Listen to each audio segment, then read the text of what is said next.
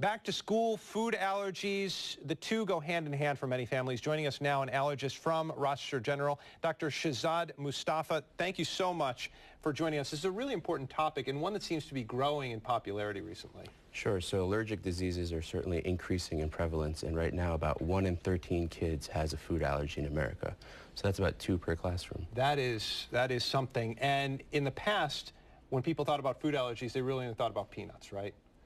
And now it seems to be expanding. Absolutely. So, I mean, this has become a growing problem over time, and there have become, certainly some foods are more common for allergies than others. Peanuts, nuts, milk and eggs are very common. Sesame is a new one, shellfish. So there's about 6 to 8 foods that comprise the vast majority of food allergies. What about gluten? Where does that stand in everything? Is that an allergy? Does that fit into this category? So gluten's a little bit different. There's a lot of adverse reactions you can have to foods. There's something called celiac disease, which is a different thing. There may or may not be some gluten sensitivity. It's a little different than food allergy. The difference is a sensitivity or an intolerance.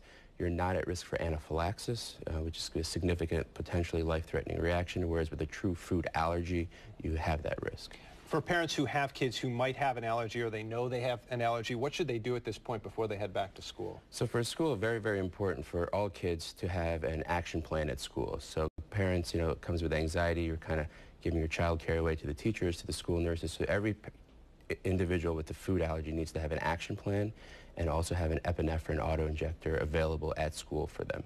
Interesting. So make sure. And how about food preparation? Anything like that? Or? So there's a lot of rules. I mean, there's no one plan fits all. Every kid is different. Age is important. A 2-year-old in daycare is different than a kindergartner, is different than a high school. The general rule we tell folks, children at school, is food sharing is generally a no-no. It's hard to know what someone else is bringing into the classroom or for lunch.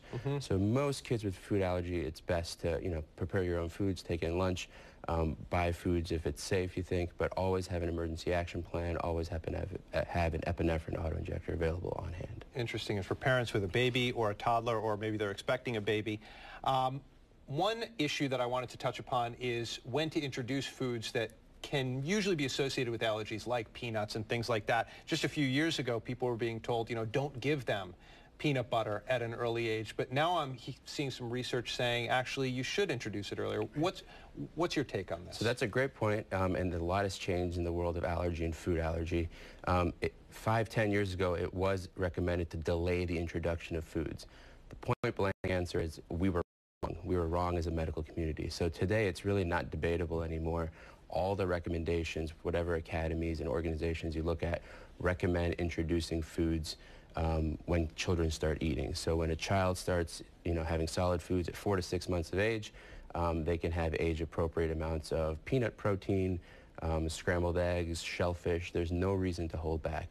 And in fact, earlier introduction very likely decreases the risk of allergy. Now, I'm not going to lie, I followed that because when we had our toddler, I wanted to introduce these foods sooner rather than later. At the same time, I was actually feeding him peanut butter outside in urgent care just in case the first time I gave it to him, because you never know. Sure. Is it something that you should be concerned about when you do give them something like shellfish or things like that? So the background risk is quite low. I think individuals who have a much higher risk are folks with a family history. If you have an older brother or sister, a mom or dad with food allergies, a mom or dad or sister, brother with asthma, allergic rhinitis, those kids are absolutely at higher risk. And in those situations, you may want to have a discussion with your pediatrician or even with an allergist about the best way to introduce it. But for the vast majority of individuals, it is very safe to introduce all food groups at home without too much concern. So you maybe don't have to go to the extent that I did, sit outside in urgent care.